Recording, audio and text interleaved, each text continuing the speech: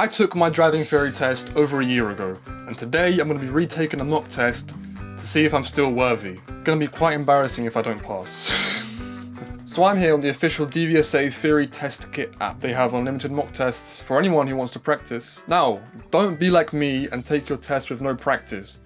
The last time I went on this app was a year ago, so please use the app, practice, then you take your test.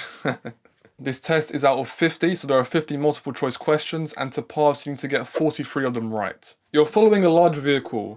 Why would you stay a safe distance behind it? I'm going to go for number 3. You'll give the driver a chance to see you in their mirrors. That makes more sense. Why would you fit chains to your wheels? To help prevent damage to the road surface, to help prevent wear to tires, to help prevent skidding in deep snow, or to help prevent the brakes locking.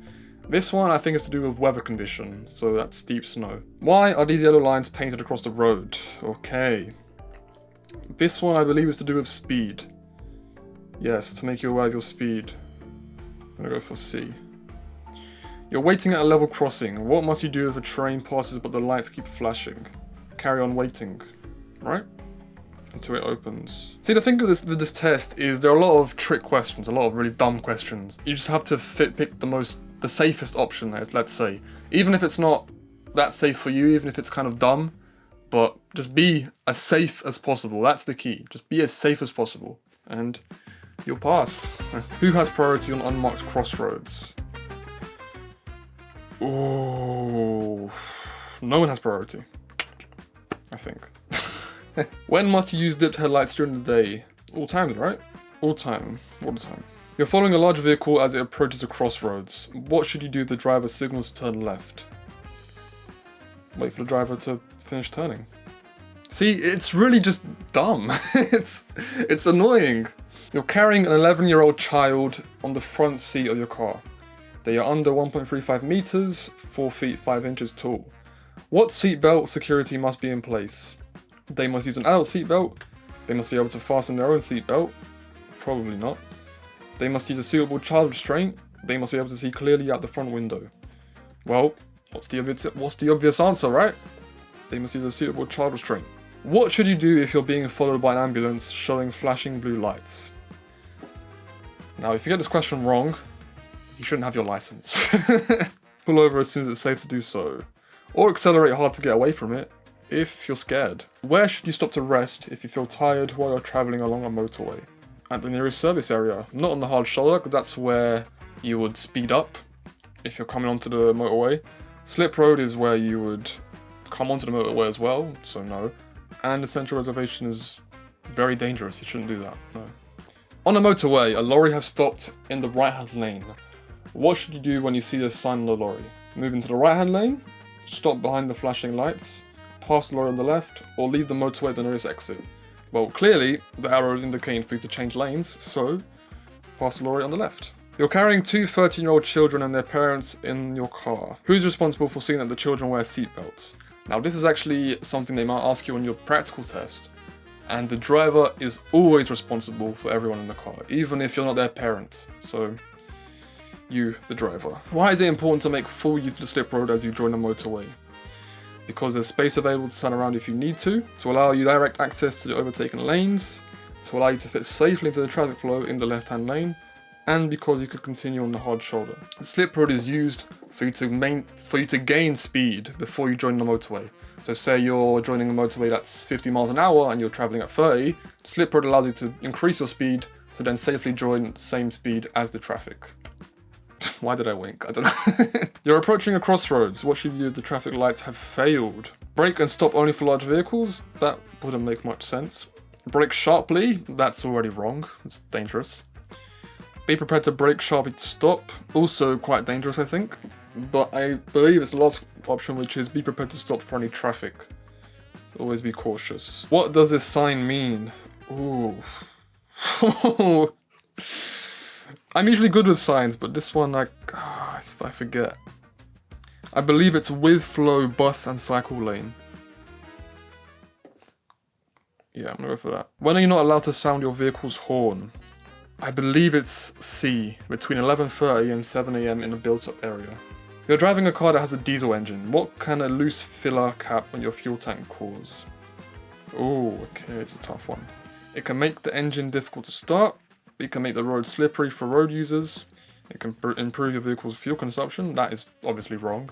I believe it's B. It can make the road slippery for users as the fuel can spill out. Alright. When may you sound your vehicle's horn?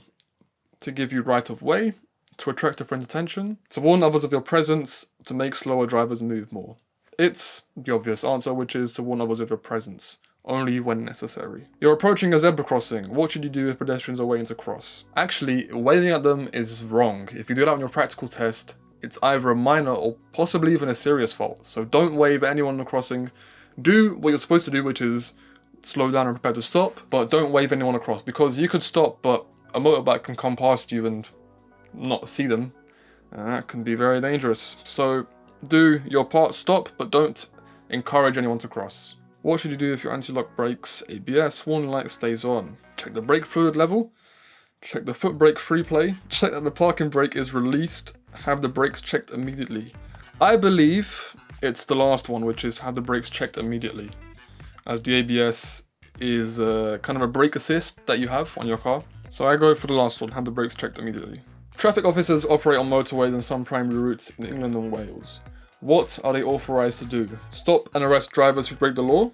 I think that's the right answer, right? Okay, this is a tough one. I think it's the last one. I'm not sure if they're allowed to arrest drivers. I think only police can do that. I'll go for the last option. You're driving on a busy main road. What should you do if you find that you're driving in the wrong direction? Uh-oh. Turn into a side road on the right and reverse into the main road? Do not do that. See, it's quite obvious you shouldn't do that, right? Make a U-turn in the main road, make a 3-point turn in the main road, turn around in a side road. Now, what's the safest option? Turn around in a side road. In the winter, road signs can become covered by snow. Not in London. What does this sign mean? This sign is very obvious. It's the hexagon. It's the octagon. Octagon, right? 1, 2, 3, 4, 5, 6, 7, 8.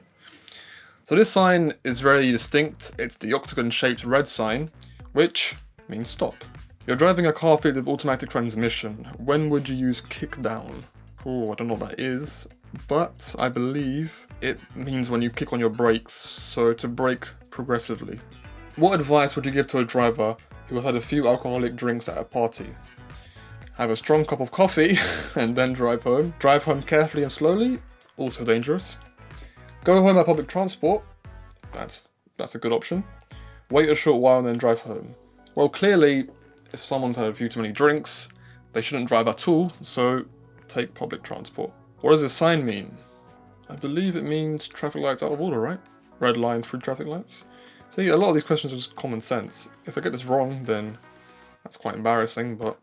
You're following a long vehicle approaching a crossroads. What should you do if the driver signals right but moves to the left-hand curb? They're going to annoy you a lot, I understand that, but you should not lose your patience. You should just wait behind, yeah. What should you do if the vehicle catches fire while you're driving through a tunnel? Okay, it's a tough one. Leave it where it is, with the engine running, no. Pull up, then walk to the emergency telephone. That's probably not a good option as well. Park it away from the carriageway. Well, in the tunnel, it's kind of hard.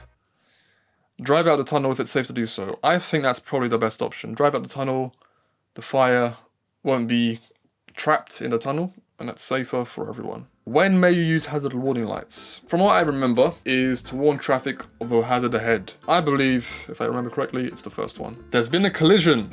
How can you help a driver who's suffering from shock? Probably reassure them. I don't know. Is it reassure or give them a drink? I think it's reassure them. Yeah, it's been a while. Why must you take great care when emerging from this junction? It's a very obvious reason, which is the massive bush on both sides of the road, actually, which can block your vision when emerging.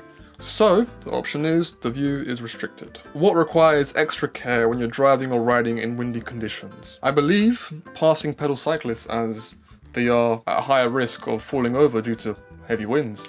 I mean, have you never been walking down the street and then you're blown back by the wind? So imagine a cyclist when they're on the road. So yeah, passing pedal cyclists. You've just gone through floodwater. What should you do to make sure your brakes are working properly? Now, this is another obvious answer. Slowly apply the brakes. An adult casualty isn't breathing. To maintain circulation, CPR should be given. What's the correct depth to press down on their chest? I know this one, but I don't remember. 5 to 6 centimeters, I think. Yeah, that's gonna be a guess. Educated one though, it makes the most sense, right? You're not gonna press 15 centimeters into their chest, you're gonna break their ribs. Your vehicle breaks down on the motorway and you manage to stop on the hard shoulder. What should you do if you use your mobile phone to call for help? So, once again, what's the safest option? Standing at the rear of your vehicle is not very safe, you're in the middle of the road. I think it's the last one, because if you wait in your car, that can also be quite dangerous maybe. Because you're stationary in the car if anything happens. So yeah, check your location for the nearest marker posts. If you're involved in a collision, what will reduce the risk of neck injury? Properly adjusted head restraint, which is also another question on the practical test. It's a show me tell me question. They will ask you how to properly adjust your head restraint, which the right answer is your ears and your eyes must be aligned with the middle of it. So that's the answer.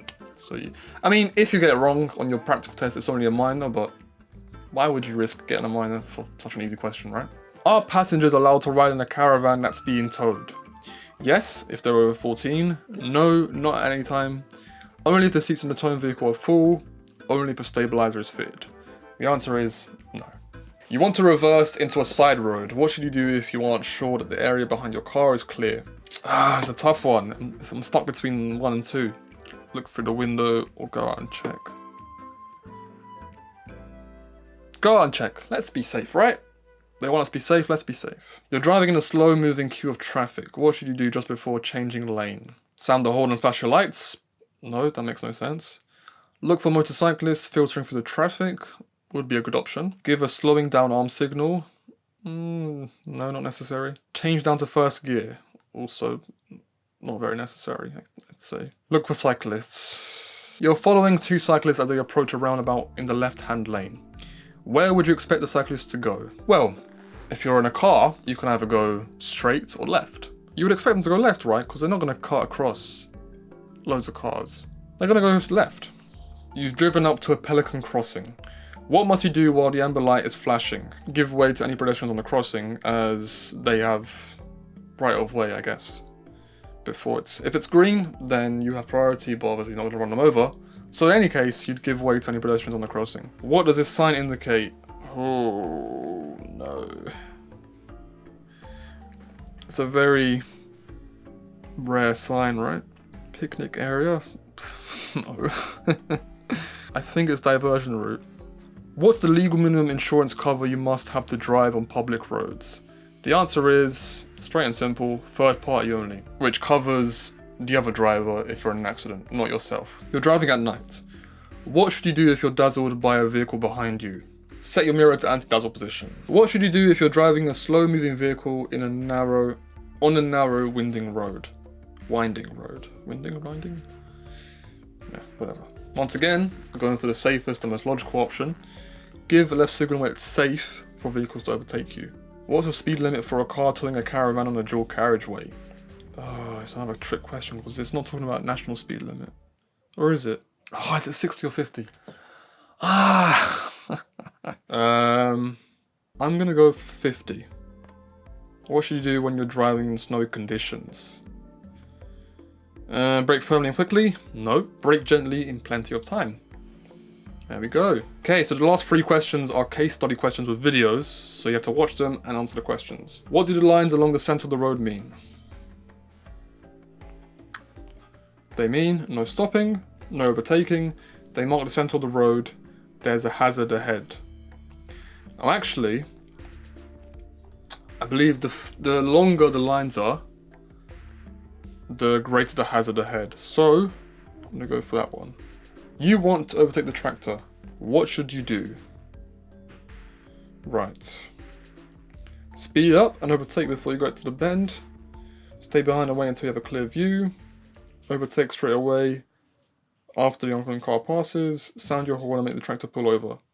Now, safest option, stay behind and wait until you have a clear view. And the last question, why has the tractor got flashing amber lights? To warn you it's a slow-moving vehicle, to warn you it has a wide load, to tell you not to overtake, to warn you it's breaking down. I believe it's a slow-moving vehicle. And now we're about to find out how we did. If I failed... Yes, I passed! No, it stopped recording. No. And just like that, we have passed. Just about. I got 45 out of 50, which is actually alright. I mean, two more than the minimum score required, so that's actually pretty good. When I passed a year ago, I got 49, so I guess I kind of forgot a few things, but we're still worthy of driving. I hope this video was very helpful for you who's learning and trying to pass your theory test. Like I said in my previous video about how to pass a driving test, which I'll leave in the description if I remember. This is it's the best app you could probably install to help you pass your theory test. It has everything you need, all the topics. It's the official DVSA app, so all the questions are like the questions on the actual test. I can see that from experience. I used only this app and I passed with one question wrong.